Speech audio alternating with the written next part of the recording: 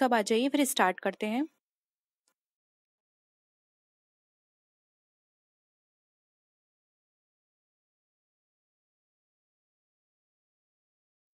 देखिए, यहाँ पे क्वेश्चन पूछा गया है, एक कंपनी है जिसने प्रॉफिट प्रायर जो जो अर्न किया है profit prior to its getting certificate to commence business, it should be transfer to. देखिए हिंदी में ही बता देती हूँ, आप लोग बोलते हैं कि हिंदी में क्वेश्चन समझाइए। तो एक कंपनी है जिसने जो भी टिप्पणी व्यवसाय के लिए प्रमाण पत्र प्राप्त करने से पहले लाभ अर्जित किया है, यानी कि जब उसको वो प्रमाण पत्र मिला है व्यापार शुरू करने का, उससे पहले उसे जो प्रॉफिट हुआ है उसको हम कहाँ स्थानांतरित करते हैं। घुमा के क्वेश्चन पूछा गया है, डायरेक्ट ये भी पूछ सकते थे कि जो प्रॉफिट प्रायर टू इनकॉर्पोरेशन होता है वो कहाँ ट्रांसफर किया जाता है। ठीक है, डिविडेंड इक्वलाइजेशन फंड में, जर्नल रिजर्व फंड में, सस्पेंस अकाउंट में, या फिर कैपिटल रिजर्व अकाउंट में। बताइए क्या होगा इसका आंसर।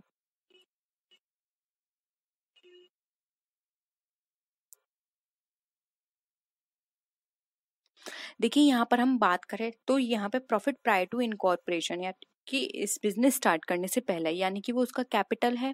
ठीक है, कैपिटल की तरह ट्रीट करेंगे, और कैपिटल की तरह ट्रीट करेंगे तो ये हमारा कैपिटल प्रॉफिट हुआ, तो कैपिटल प्रॉफिट कहाँ ट्रांसफर किए जाते हैं, ये हमारे ट्रांसफर किए जाते हैं कैपिटल रिजर्व अकाउंट में। ठीक है, तो ऑप्शन डी यहाँ पे हमारा राइट आंसर हो जाएगा। नेक्स्ट क्वेश्चन देखिए, the statement which mentions in detail the matters to be considered in a meeting is called, यानी कि आपको वो स्टेटमेंट बताना है जिसमें हमारी मीटिंग से रिलेटेड सारे मैटर्स को इंक्लूड किया जाता है। Minutes of meeting, agenda of the meeting, notice of the meeting, या फिर रेजोल्यूशन। बताइए।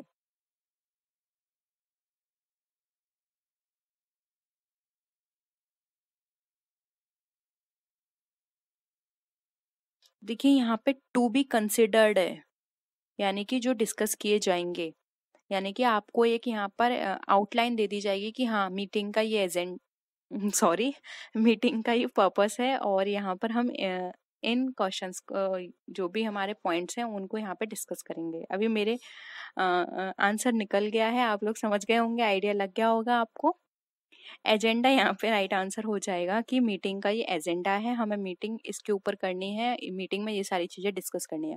और मीटिंग में जो भी चीज हम डिस्कस करते हैं उनको शॉर्ट लिख लिया जाता है, शॉर्ट वे में, कि हाँ ये डिसीजंस लिए गए, ये कहा गया मीटिंग के अंदर मेंबर्स के द्वारा, उसको बोलते हैं मिनट्स ऑफ मीटिंग। ठीक है, तो यहाँ पे option B agenda of the meeting right answer हो जाएगा, क्योंकि ये डिस्कस करने से पहले का आउटलाइन है कि हमें मीटिंग में ये सब चीजें डिस्कस करनी है। ठीक है, नेक्स्ट क्वेश्चन है, certificate of commencement of business is not required by. अब जो सर्टिफिकेट ऑफ कमेंसमेंट है वो किस में जरूरी नहीं होता है, एक पब्लिक कंपनी में, एक प्राइवेट कंपनी में, both public and private company, या फिर public company subsidiary to a public company.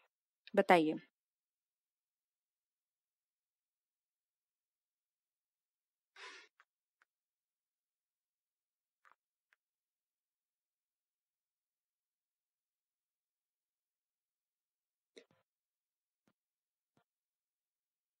बताइए क्या होगा।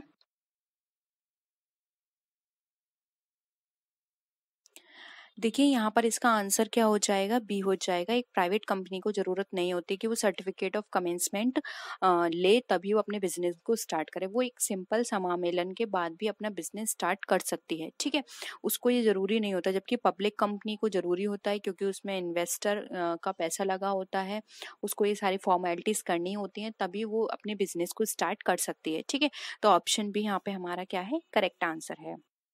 नेक्स्ट क्वेश्चन देखिए, certificate to commence business is essential for. अब जो कमेंस का जो सर्टिफिकेट है वो किस बिजनेस के लिए जरूरी है, public company, private company, both A and B, या नन ऑफ दिस। घुमा के क्वेश्चन पूछा गया है। कॉन्सेप्ट प्लीज क्लियर करिए अपने, कॉन्सेप्ट क्लियर होंगे तो आप हर क्वेश्चन कर पाएंगे इजिली। प्लीज मैंने बहुत कोशिश करी है आपको हर टॉपिक, हर पॉइंट अच्छे से समझाने की। 20 तक सारे टॉपिक, जो भी आपको किसी भी टॉपिक या पॉइंट में क्वेरी है प्लीज पूछ लीजिए, क्योंकि 20 के बाद शायद मैं क्लास कंटिन्यू नहीं कर पाऊँ। तो प्लीज रिक्वेस्ट है आपसे, ये जितना भी आपका डाउट है पूछ लीजिए। देखिए आपका एग्जाम खराब होगा तो मुझे बहुत गंदा फील होगा। प्लीज मैं नहीं चाहती आप लोगों का एग्जाम खराब हो, आप लोग भी इतनी मेहनत कर रहे हैं। जो भी डाउट है प्लीज पूछ लीजिए, ज्यादा से ज्यादा प्रैक्टिस करिए, क्योंकि जितने आप प्रैक्टिस करेंगे उतने ही आपकी चीजें क्लियर होंगी, आपको खुद में कॉन्फिडेंस आएगा कि हाँ ये क्वेश्चंस मैं कर सकती हूँ या कर सकता हूँ। ठीक है, तो कोशिश करिए ज्यादा से ज्यादा प्रैक्टिस करने की। थोड़ा सा सोइए कम, थोड़ा सोना कम कर दीजिए आप, क्योंकि एग्जाम के बाद आपको फिर सोना ही है। ठीक है, एग्जाम के बाद फिर जितना चाहे उतना सोइएगा, लेकिन अभी थोड़ा सा इस पे फोकस करिए अपना। लेकिन हाँ, प्रेशर नहीं लेना एग्जाम का कि हाँ एग्जाम है डिप्रेशन में चले जाओ, ये भी नहीं करना है। लेकिन हाँ थोड़ा सा ज्यादा एफर्ट करिए इस समय। क्या हो जाएगा? ए, पब्लिक कंपनी में हमें जरूरी होता है, प्राइवेट कंपनी में जरूरी नहीं होता, पब्लिक में हमें हमें जरूरी होता है, बस इतना याद रखिए। ठीक है, नेक्स्ट है which one of the following is not an advantage of the incorporation as company. अब इसमें से कौन सा हमारा, अगर हम बात करें तो एडवांटेज नहीं है इनकॉर्पोरेशन एज कंपनी के लिए, बताइए।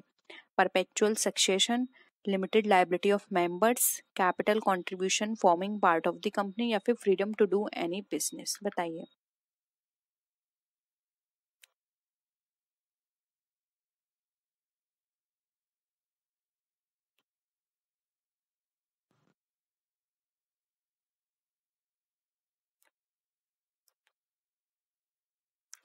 बताइए। देखिए यहाँ पर जो एडवांटेज नहीं है वो है freedom to do any business. ऐसा नहीं है कि आप कोई भी बिजनेस कर सकते हैं। ठीक है, ये आपको फ्रीडम नहीं दी जाती है, इसलिए यही सारे सर्टिफिकेट क्यों होते हैं, आपकी सारी चीजें चेक करने के लिए कि आप बिजनेस क्या कर रहे हैं, आपके ऑब्जेक्टिव्स क्या हैं, क्या पर्पस है आपका बिजनेस करने का। यानी कि सारी चीजों को एनालाइज करने के लिए, उनकी लीगलिटी चेक करने के लिए ये सारी चीजें की जाती हैं, और आपको फिर बाद में सर्टिफिकेट प्रोवाइड किया जाता है कि हाँ ये सारी चीजें हमने चेक कर ली हैं, सब चीज ठीक है। इसलिए सर्टिफिकेट्स दिए जाते हैं। इसलिए यहाँ पर हम बात करेंगे तो डी यहाँ पे हमारा राइट आंसर हो जाएगा, ये इसका एडवांटेज नहीं है। ठीक है, नेक्स्ट है for voluntary winding up of a company by the members which resolution is required, बताइए। वॉलेंट्री वाइंडिंग अप के लिए कौन सा रेजोल्यूशन हमें जरूरी होता है? Ordinary, special, resolution required special notice, या फिर नन ऑफ द अबव।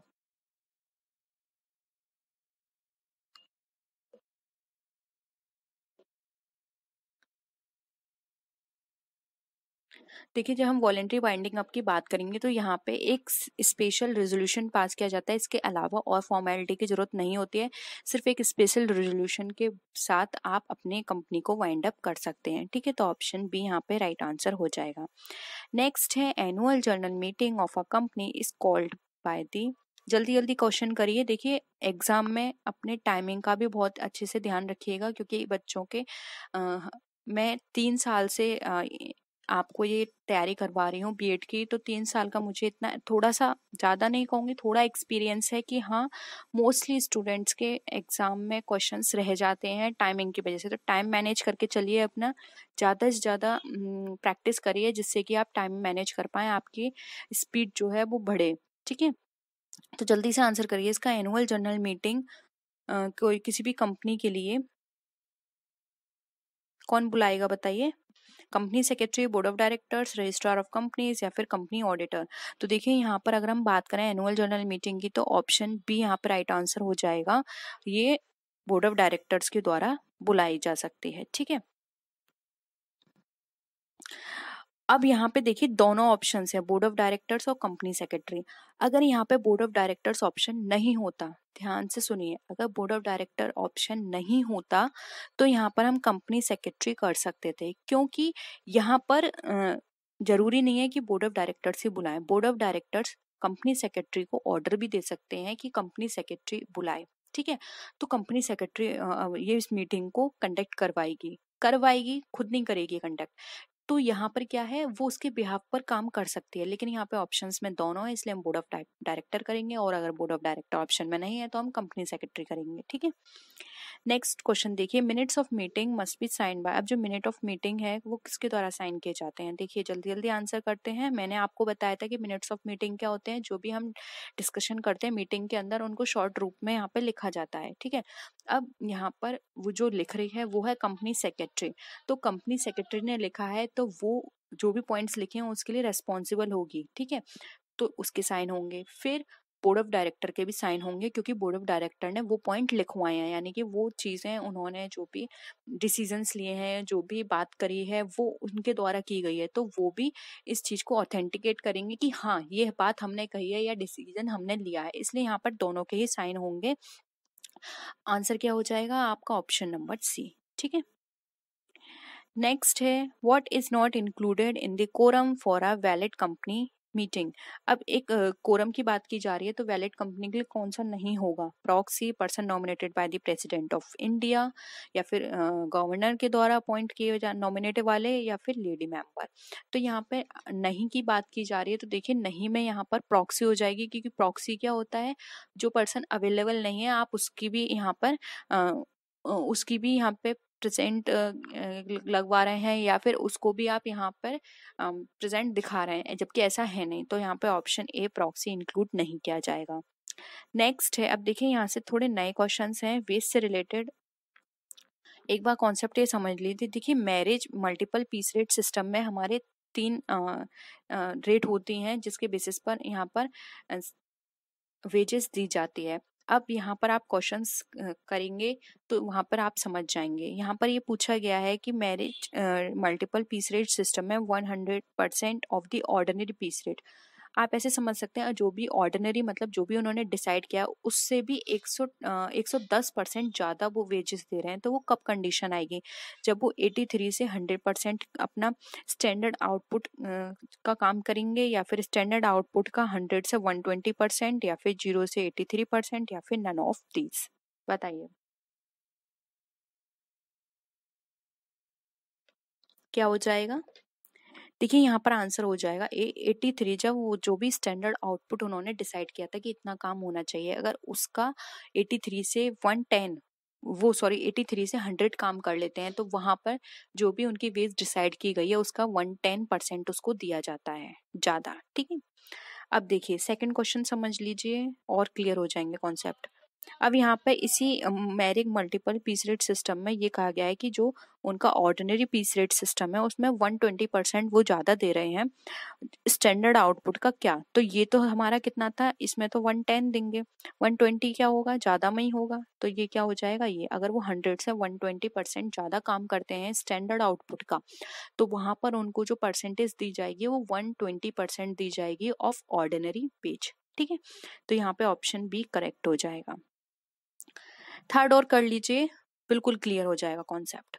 अब देखिए Merrick multiple piece rate system में सिर्फ ऑर्डिनरी पीस दी जा रही है, ना 110 दी जा रही है ऑर्डिनरी का, ना 120% दिया जा रहा है, सिर्फ ऑर्डिनरी दी जा रही है, यानी कि वो काम कम कर रहे हैं। अंडरस्टूड है? तो यहाँ पर क्या होगा? 0 to 100, 0 to 120 और 0 to 83। तो ये तो होने से रहा, क्योंकि इसमें तो 110 में यहाँ पर हम कितना दे रहे थे? 110%। और यहाँ हम कितना दे रहे थे? 120%। और यहाँ पर हो जाएगा ऑप्शन सी 0 to 83%। ठीक है, क्लियर है?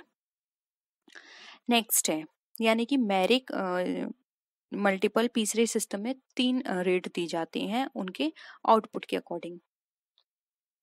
नेक्स्ट है, in dash 2 piece rates are set for each job. यानी कि ऐसा कौन सा पीस रेट सिस्टम है जिसमें 2 रेट डिसाइड की गई हैं? मैरिक, तो देखिए मैरिक तो ये कट ही गया, क्योंकि अभी मैंने आपको बताया इसमें 3 रेट होती हैं। अब आपको इन दो में से बताना है, Rowan premium plan, Taylor's differential piece rate system, या फिर नन ऑफ दीज। बताइए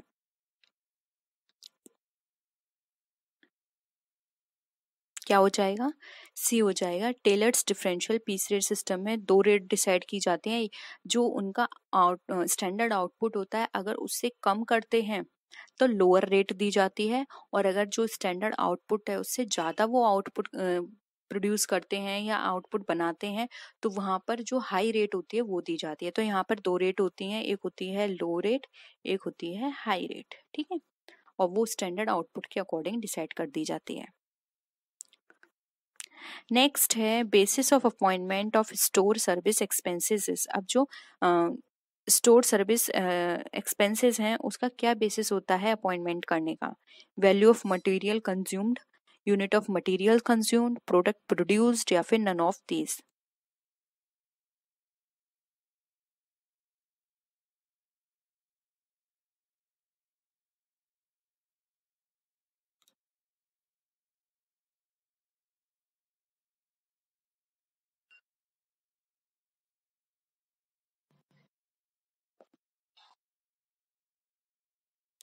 देखिए यहाँ पर बात की जा रही है स्टोर सर्विस एक्सपेंसेस की, तो ये इसका हम बात करें डिसीजन की या इसकी अपॉइंटमेंट की, किसके बेसिस पे होगा, तो ये किया जाता है कितनी मटेरियल्स यूज हुआ, ठीक है। तो वैल्यू ऑफ मटेरियल कंज्यूम्ड यहाँ पे हमारा ए राइट आंसर हो जाएगा। नेक्स्ट है Taylor differential piece rate system provide for higher rate to workers. अब हायर रेट किसको दी जाएगी, अभी अभी मैंने आपको डिस्कस किया था, दो रेट होते हैं, एक लोअर एक हायर।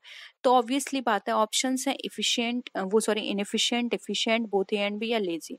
तो हाई लेजी को तो बिल्कुल नहीं देंगे, इनएफिशिएंट को भी नहीं देंगे, तो ए और बी कट गया, क्या हो जाएगा बी एफिशिएंट वर्कर, यानी कि जो अच्छा काम कर रहे हैं उन्हीं को तो हाई देंगे और लो उनको देंगे जो कम काम कर रहे हैं, लेजी हैं। रूल या Sturges rule is used to find out directly number of classes in a continuous distribution, size of class limits, direction of the classification, या फिर none of the above। Answer करिए जल्दी से। देखिए स्टर्च का जो नियम है वो हमें हमें नंबर ऑफ क्लासेस बताता है हमारे डिसकंटिन्यूस सीरीज के थ्रू, इसलिए ऑप्शन ए हमारा राइट आंसर हो जाएगा। नेक्स्ट है appointment of independent directors is a part of corporate governance as per the. अब जो ये कहा गया है कि जो इंडिपेंडेंट डायरेक्टर्स का अपॉइंटमेंट जो है एक कॉर्पोरेट गवर्नेंस का पार्ट है, यानी कि एक इंडिपेंडेंट डायरेक्टर आपको अपॉइंट करना है, ये किसने कहा, SEBI, Indian companies act, government of India, या फिर आरबीआई।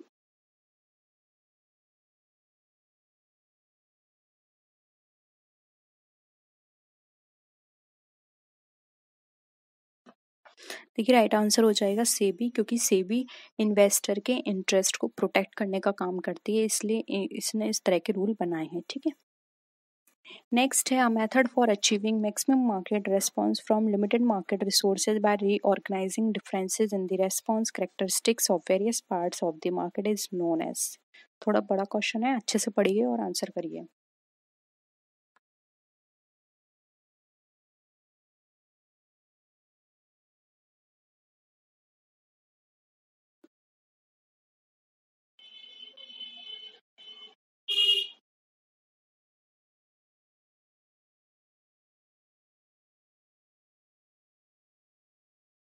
आंसर करिए जल्दी।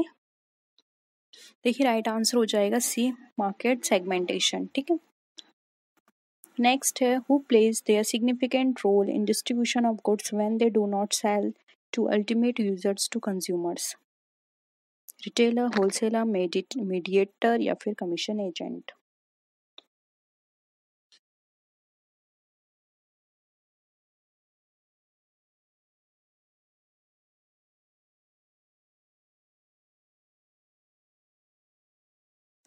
देखिए यहाँ पे राइट आंसर हो जाएगा बी, होलसेलर।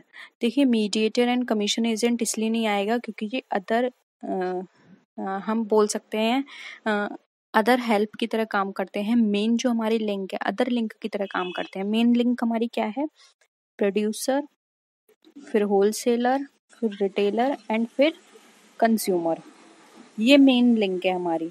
अब इसमें एजेंट आ रहा है तो वो अदर की तरह काम करेगा, ठीक है। तो यहाँ पर मीडिएटर एजेंट इसलिए हमने नहीं लिया है, यहाँ पर हमने होलसेलर लिया है, ठीक है। नेक्स्ट है इन मार्केटिंग में विच 4 P's are covered.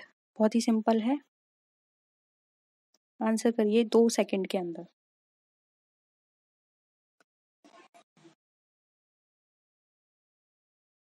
Right answer हो जाएगा ये, product, price, place and promotion, ठीक है। 4 P's कहलाते हैं ये हमारे।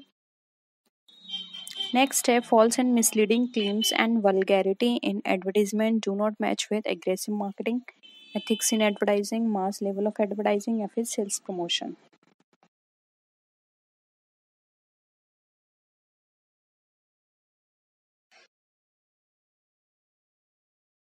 देखिए फॉल्स मिसलीडिंग की बात की जा रही है तो ये हमारे एथिक्स में कवर होते हैं, क्योंकि एथिक्स हमारी क्या कहता है कि जैसा है वैसा शो करो।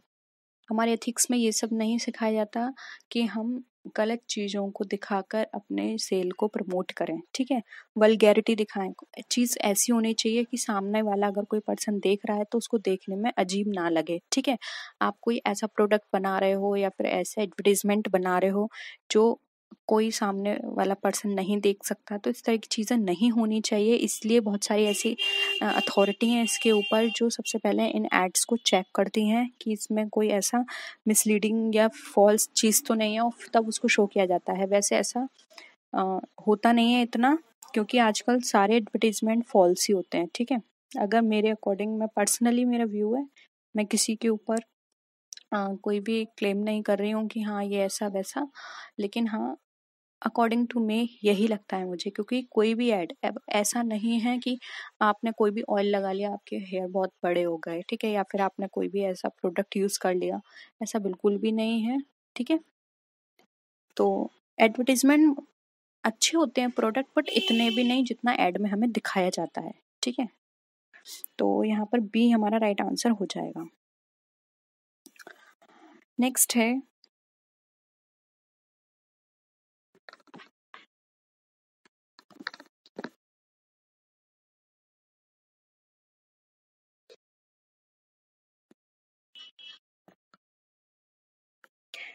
which method does not consider the time value of money? Net present value, internal rate of return, average rate of return, या फिर प्रॉफिटेबिलिटी इंडेक्स।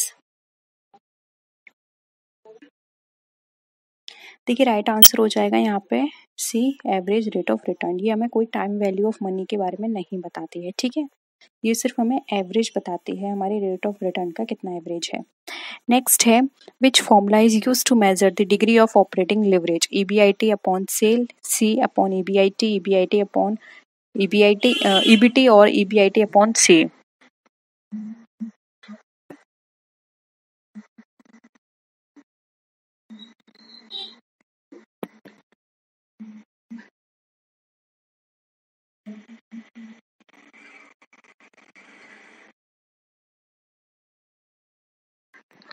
बताइए क्या होगा आंसर? इसका आंसर हो जाएगा बी, जो कि है सी अपॉन EBIT। सी मतलब कंट्रीब्यूशन। नेक्स्ट है which one is more appropriate for cost of retain earnings? Weighted average cost of capital, opportunity cost of the firm, to the firm, expected rate of return by the investor, या फिर none of the above.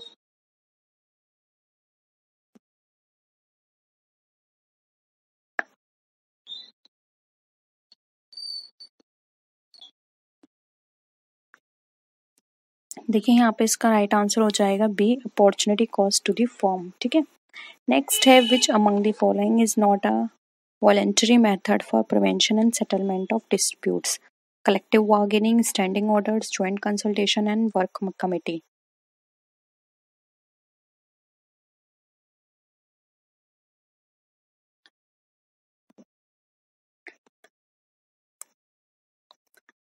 देखिए right answer हो जाएगा D, work committee. अब work committee क्यों है? क्योंकि work committee हमारा स्टैट्यूटरी मेजर का पार्ट है, और अगर आप वॉलेंट्री मेथड की बात करें तो कुछ और मेथड हैं। देखिए मैं आपको सारे बता देती हूँ। फर्स्ट है collective bargaining, trade unions, joint consultant, standing orders, grievance and procedures, code of discipline. ये वॉलेंट्री मेथड है सारे। तो इसमें हमने अभी स्टैंडिंग ऑर्डर भी पढ़ लिया, ज्वाइंट कंसल्टेशन पढ़ लिया, एंड कलेक्टिव बार्गेनिंग पढ़ ली। लेकिन वर्क कमेटी हमारी स्टैट्यूटरी मेजरमेंट का पार्ट है।